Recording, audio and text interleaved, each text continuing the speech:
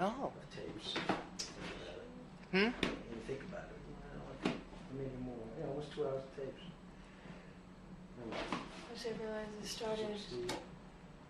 How much did we How do? much time? We're running on? No, I It's 12 started the o'clock? second roll first, like the second batch of 5 Oh, right. first.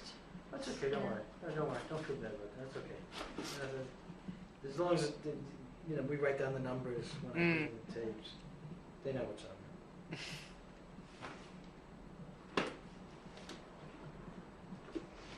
Well, that's the truck, where we. So what do I do with the Marseille story and the American consulate? I think that would be interesting.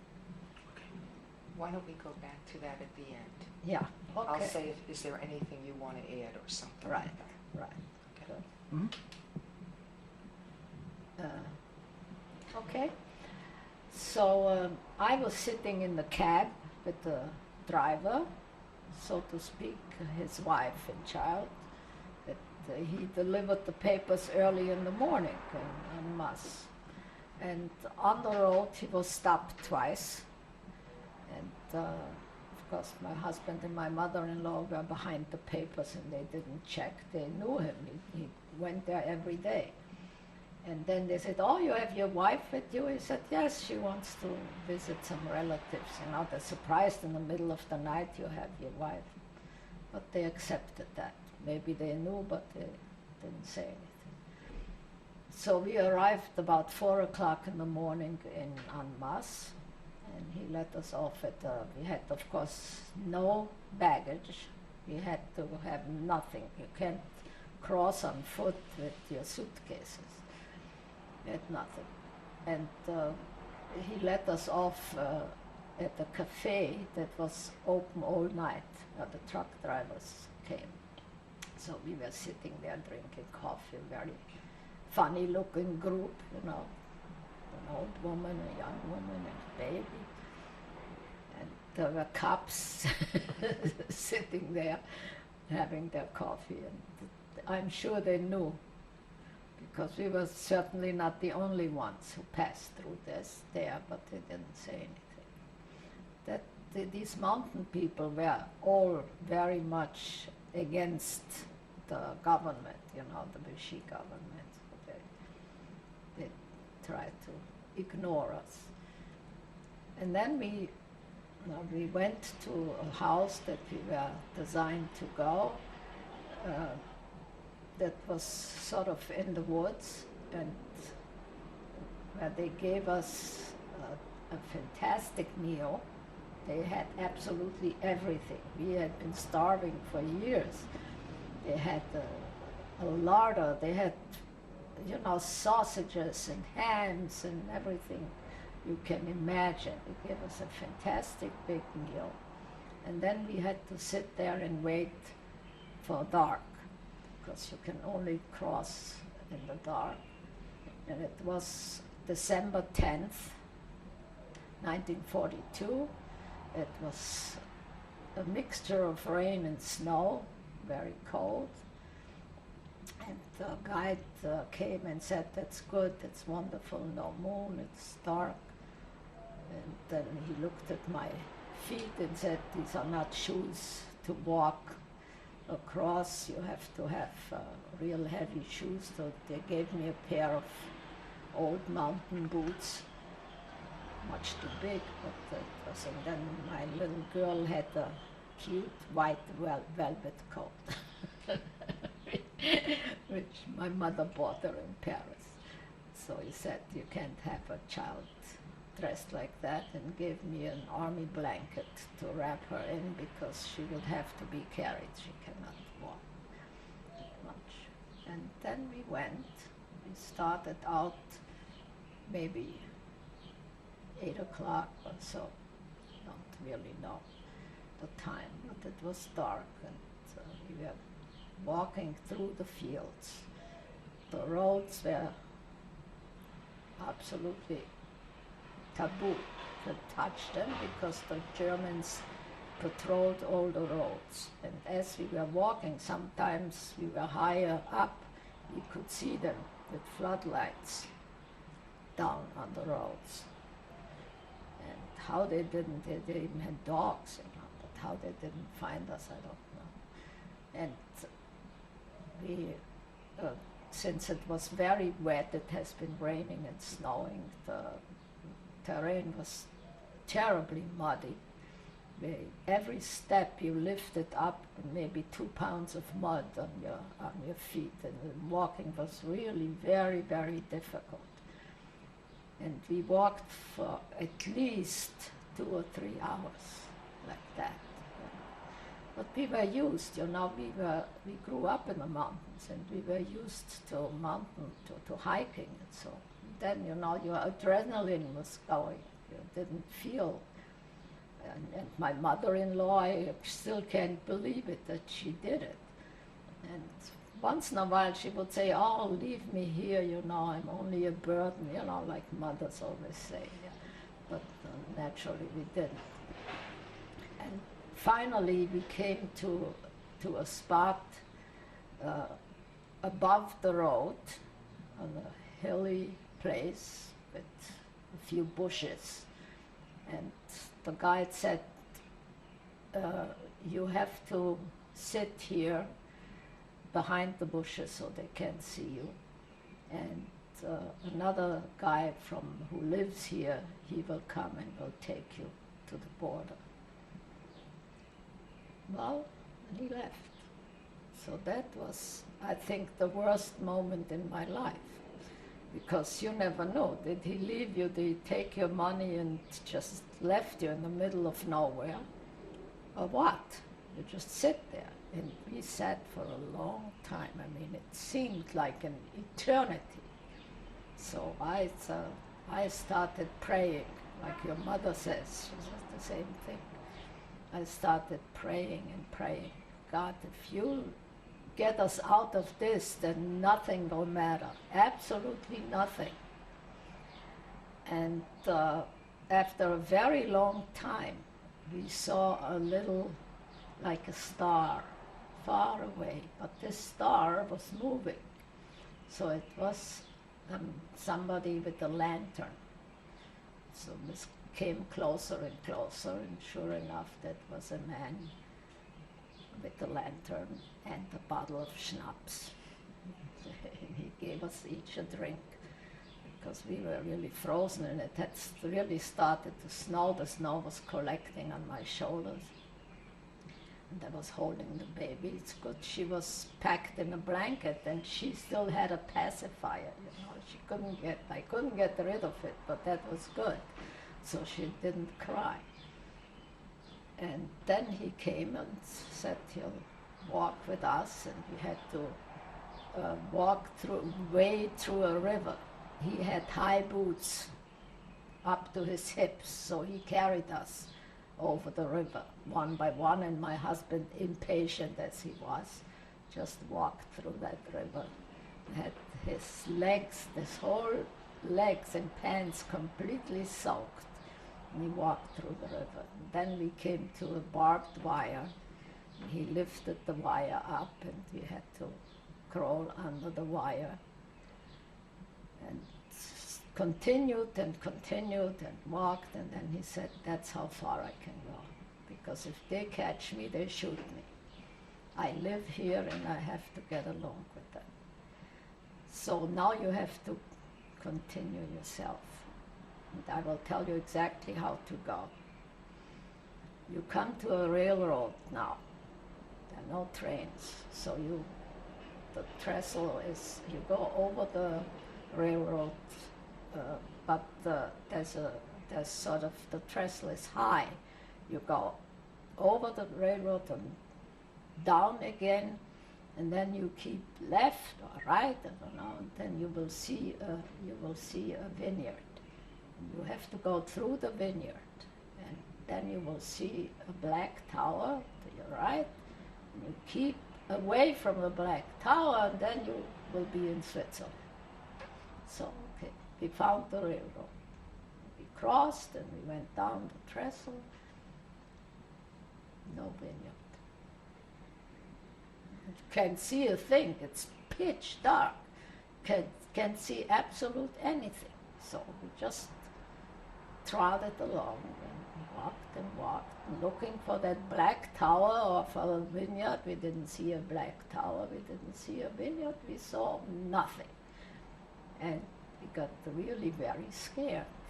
And out of nowhere, all of a sudden in front of us, stands a soldier in a gray uniform, what the Germans call Feldgrau, gray uniform with a German type helmet. And he stands there and says, "Halt!" Real German accent too. So we thought, now we are caught. And I started to cry, and begged him. I said, "Look, women and little baby, and just let us go." And he said, "Lady," in German, "stop crying, you're in Switzerland." That was a Swiss soldier, a guard. So that was the end of our journey, and he took us to this little hut that they had, the border station. Took us to this little hut, and it was warm. They gave us coffee and everything. And we went right there. We had to go to the toilet. That's the first thing. He said, "Here's a toilet." And we tore up our false papers that we had for the train ride, and so we needed that. We tore them up and flushed them down the toilet. And then we gave them our real names and everything, and he called Bern, the capital, and told them that there's a family here, a couple with a little baby and an old woman, and so he came back and said, "You can stay," because he could have sent us back too. But we were sort of in the category where they are not sending people back. So then they put us in an army truck and sent us down to Geneva. And that was again a camp where they collected all these refugees that they caught on the border. And that was a schoolhouse. And in that schoolhouse they had put straw on the floor of the classrooms and gave us each a blanket. Said, "No, you can sleep until the morning." So we went to sleep. It was probably 1 o'clock in the morning or 2 o'clock, I have no idea. And I've never slept better in my life, I must tell you. That was great, you know. Little Eva said, "Oh, it's nice, you sleep in straw." I said, "Yes, I sleep." She loved it. There were fleas in the straw. But, you know, you can't imagine the feeling of relief that you have when you know that you're safe. And in addition, the guy that took our names and everything was also refugees. They had refugees working in this center. And this was a man with a photographic memory. He remembered everybody he saw. And when we gave him our name, Razdowitz, he said, "Razdowitz, I think a week ago there was a little girl named Razdowitz coming through here." Can you imagine? So I knew that they had arrived because I didn't know, really.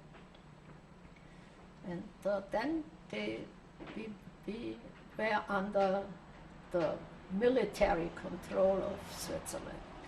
They had to do that because, you know, anybody can steal over the border and be a spy or a criminal or something that will check us out. And they sent us the next day, next morning, they sent us on a train to this Emmental, and then we had to walk up the mountain to the Rothe, which was quite a nice hike.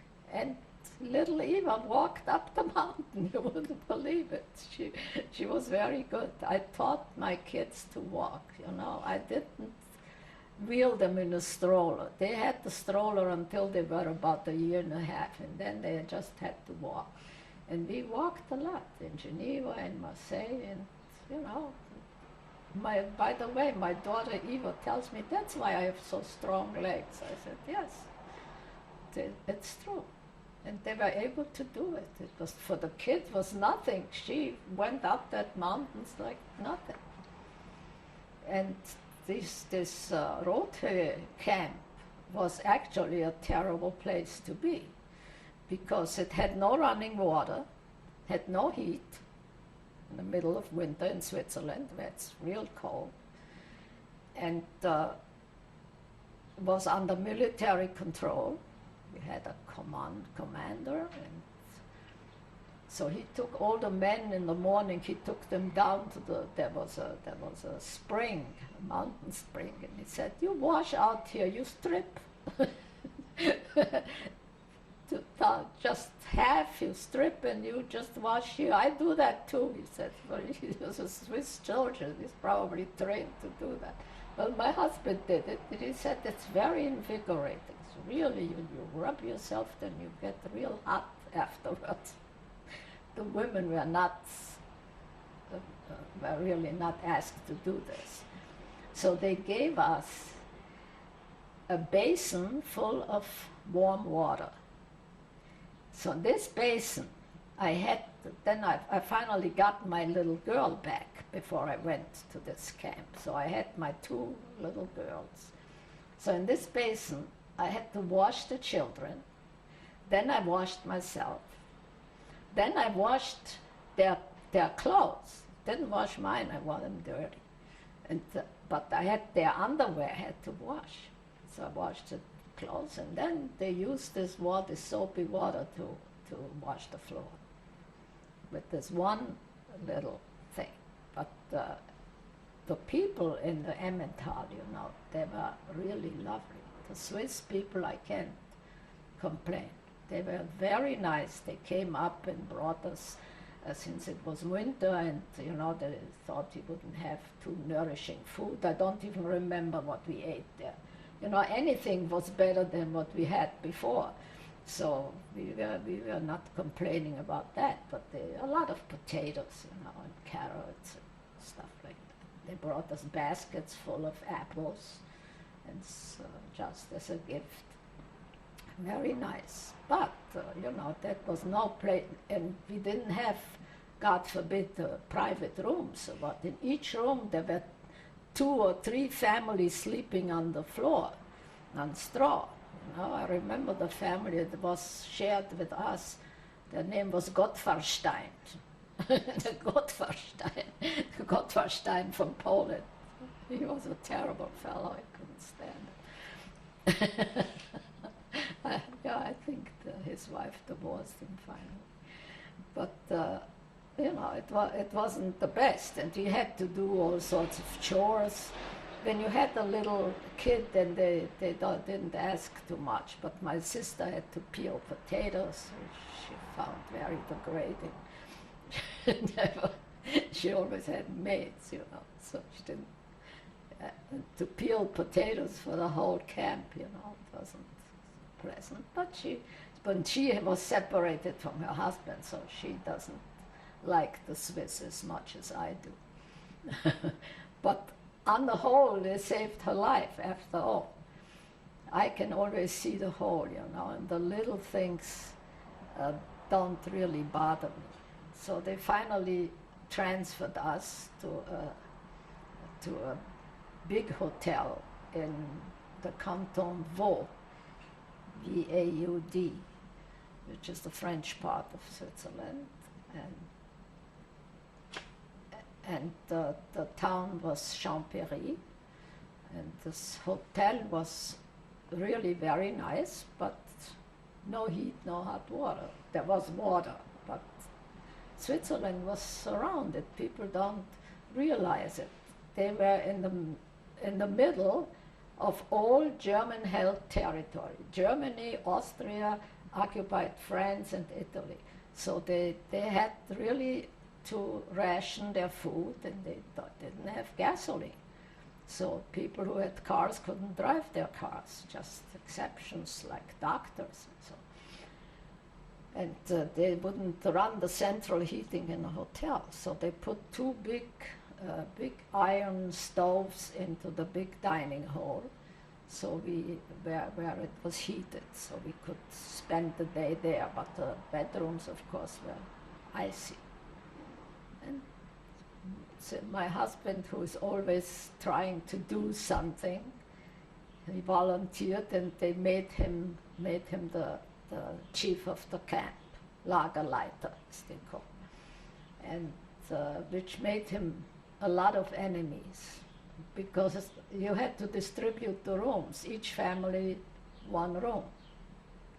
So there were, which in Switzerland, the sun in winter is very hot, because it's very clear. So a room that faces south was very desirable because it was warm, and the room that faces north was freezing.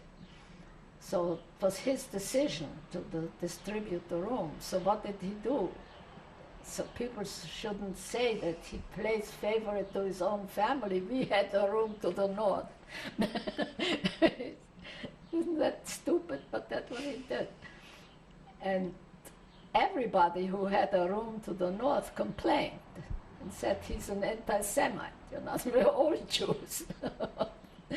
But they really hated him, many of them, among others, Mr. Gottverstein.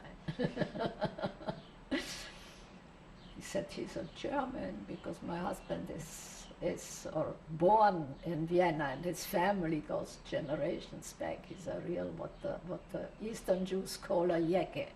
You know? So they thought that he's prejudiced, but he wasn't. He was really trying to do a good job.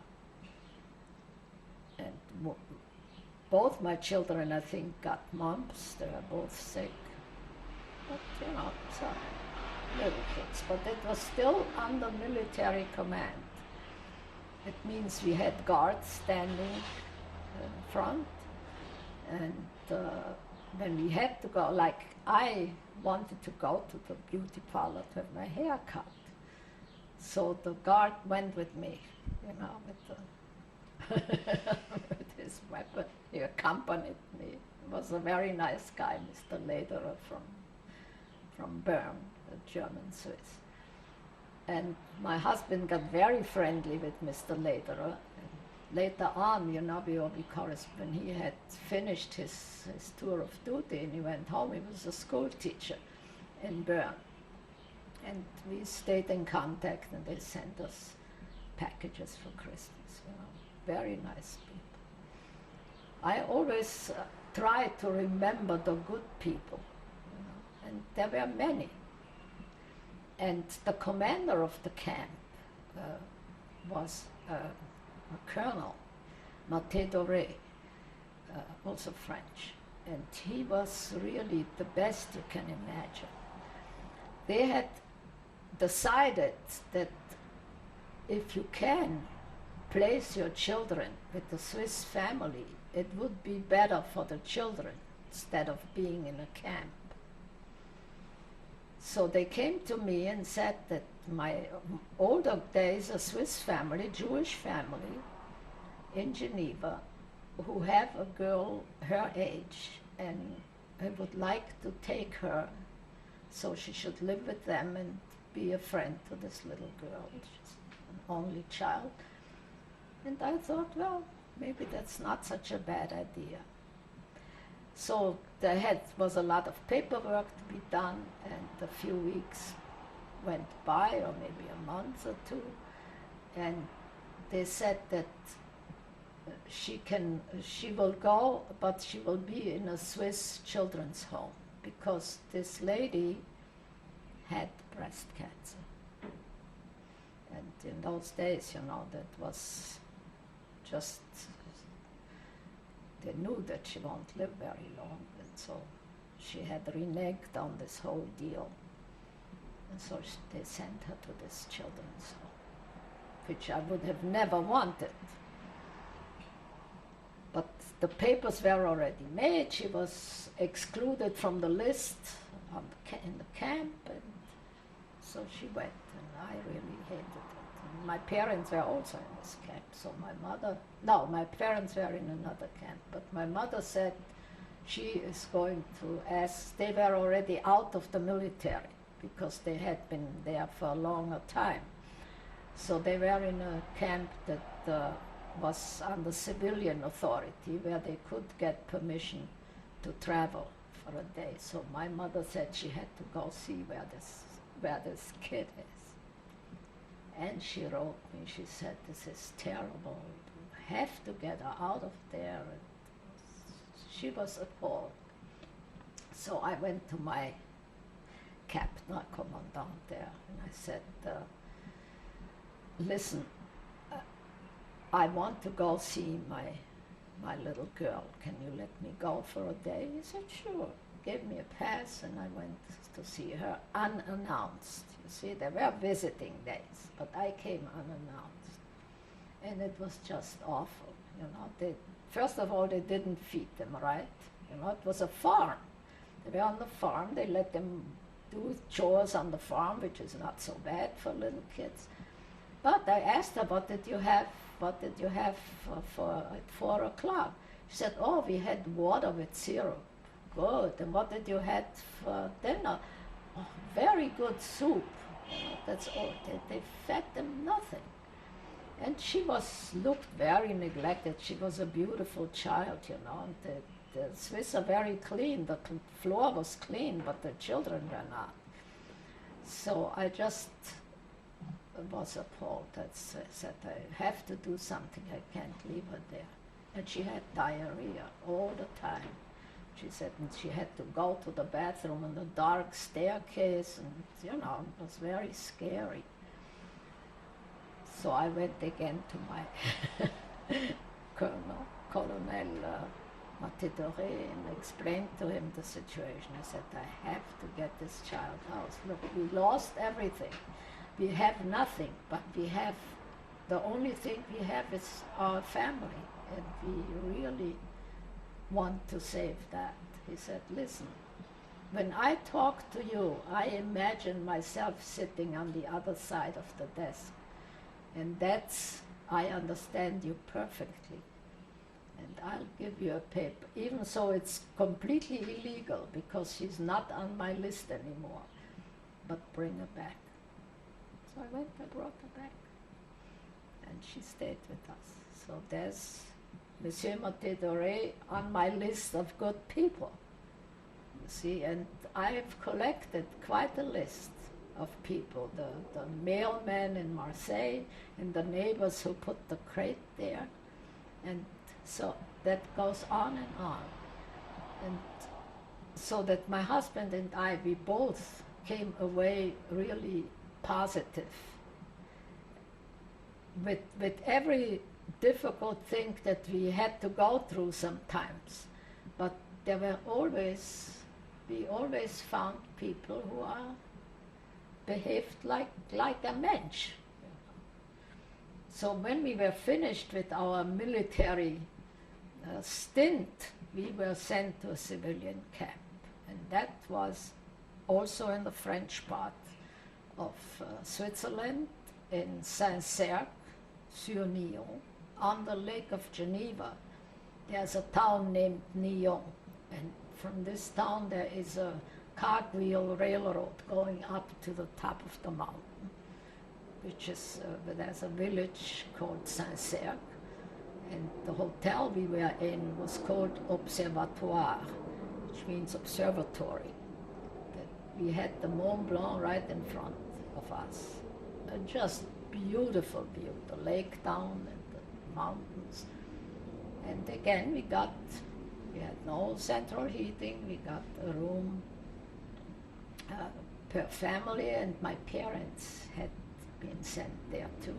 They had applied, so we were there together. My parents and my husband and I, and my sister finally got her husband back, and she was there too. And this was a civilian camp and run by the Swiss government, and also all the organizations there, the Christian organizations, the YMCA, the Red Cross, the Jewish organizations, they all came, social workers came, and they tried to to make life more comfortable for the refugees. And so we organized there. We had absolutely everything, you know, since there were Jews from all over, from France, from Italy, from Poland, from Germany, Austria, Hungary, Czechoslovakia, international people. And there was one Zionist group who all tried to get into Palestine after the war if they can, and other groups. But the Swiss government had finally decided not to send people back to where they came from if they don't wish to go. And that was already towards the end of the war, where they knew that the Germans had lost. So they could have sent them back to Germany, but they didn't.